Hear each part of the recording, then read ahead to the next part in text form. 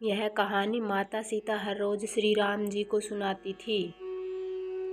यह कहानी सीता माता कहती थी और श्री राम इसे सुना करते थे। एक दिन श्री राम भगवान को किसी काम के लिए बाहर जाना पड़ गया तो सीता माता कहने लगी कि भगवान, मेरा तो 12 वर्ष का नित्य नियम है, अब आप बाहर जाएंगे तो मैं अपनी कहानी किसे सुनाऊंगी। श्री राम ने कहा कि तुम कुएं की पाल पर जाकर बैठ जाना और वहाँ जो औरतें पानी भरने आएंगी उन्हें अपनी कहानी सुना देना। सीता माता कुएं की पाल पर जाकर बैठ जाती है। एक स्त्री आई, उसने रेशम की जरी की साड़ी पहन रखी थी और सोने का घड़ा ले रखा था। सीता माता उसे देख कहती है कि बहन, मेरा 12 वर्ष का नित्य सुन लो। पर वह स्त्री बोली कि मैं तुम्हारा नित्यनेम सुनूंगी तो मुझे घर जाने में देर हो जाएगी और मेरी सास मुझसे लड़ेगी। उसने कहानी नहीं सुनी और चली गई। उसकी रेशम जरी की साड़ी फट गई, सोने का घड़ा मिट्टी के घड़े में बदल गया। सास ने देखा तो पूछा कि ये किसका दोष अपने सिर लेकर आ गई है। बहू ने कहा कि कुएं पर एक औरत बैठी थी, उसने कहानी सुनाने के लिए कहा लेकिन मैंने नहीं सुनी, इसका यह फल मिला। बहू की बात सुनकर अगले दिन वही साड़ी और घड़ा लेकर सास कुएं की पाल पर गई। सास को वही माता सीता बैठी मिली तो माता सीता ने कहा कि बहन, मेरी कहानी सुन लीजिए। सास बोली कि एक बार छोड़, मैं तो 4 बार कहानी सुन लूंगी।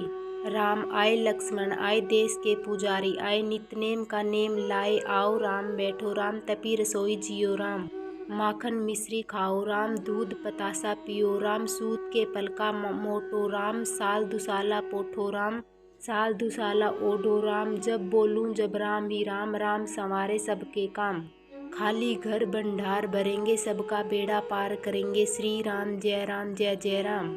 सास बोली कि बहन, कहानी तो बहुत अच्छी लगी। कहानी सुनकर सास घर चली गई और उसकी साड़ी फिर से रेशम जरी की बन गई।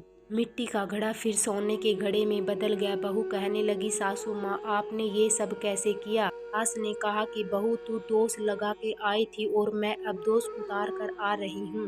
बहू ने फिर पूछा कि कुएं वाली स्त्री कौन है। सास बोली कि वे सीता माता थी, वे पुराने से नया कर देती हैं, खाली घर में भंडार भर देती हैं, वह लक्ष्मी जी का वास घर में कर देती हैं, आदमी की जो भी इच्छा हो उसे पूरा कर देती हैं। बहू बोली कि ऐसी कहानी मुझे भी सुना दो। सास बोली कि ठीक है, तुम भी सुनो और सास ने कहानी शुरू की।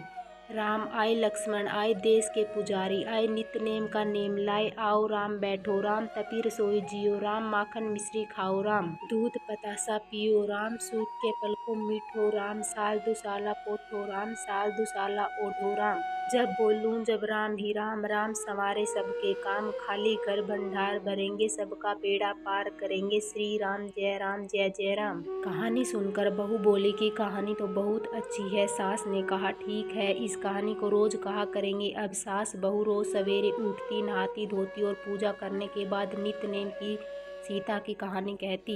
एक दिन उनके यहाँ एक पड़ोस की औरत आई और बोली कि बहन, जरा सी आँच देना। तो वह बोली कि आँच तो अभी हमने जलाई ही नहीं। पड़ोसन ने कहा कि तुम सुबह 4 बजे से उठकर क्या कर रही हो। फिर उन्होंने कहा कि सुबह उठकर हम पूजा करते हैं, फिर सीता माता की नित्यनेम की कहानी कहते हैं। रोशन ने उनकी बात सुनकर फिर कहा कि सीता माता की कहानी कहने से तुम्हें क्या मिला। वे बोले कि इनकी कहानी कहने से घर में भंडार भर जाते हैं, सारे काम सिद्ध होते हैं, मन की इच्छा भी पूरी होती है। पड़ोसन कहती है कि बहन, ऐसी कहानी तो मुझे भी सुना दो। फिर वह बोली कि ठीक है, तुम भी यह कहानी सुन लो। राम आए, लक्ष्मण आए, देश के पुजारी आए, नित्यनेम का नेम लाए, आओ राम बैठो राम। सारी कहानी सुनाने के बाद पड़ोसन कहने लगी, बहन, कहानी तो मुझे बहुत अच्छी लगी। अब वह पड़ोसन भी नित्यनेम सीता माता की कहानी कहने लगी। कहानी कहने से सीता माता ने पड़ोसन के भी भंडार भर दिए। अब तो पूरे मोहल्ले में नित्यनेम की कथा चल पड़ी। हर किसी की मनोकामना पूरी होने लगी। हे सीता माता, जैसे आपने उनके भंडार भरे वैसे ही आप हमारे भी भंडार भरना। कहानी सुनने वाले के भी और कहानी कहने वाले के भी उत्तर प्रदेश, बिहार, हिमाचल प्रदेश और हरियाणा के कुछ क्षेत्रों में आज भी यह कथा सीता जयंती पर चाव से सुनाई जाती है। यह कहानी आपको कैसी लगी? कहानी अच्छी लगी तो कृपया लाइक और चैनल को सब्सक्राइब जरूर करें।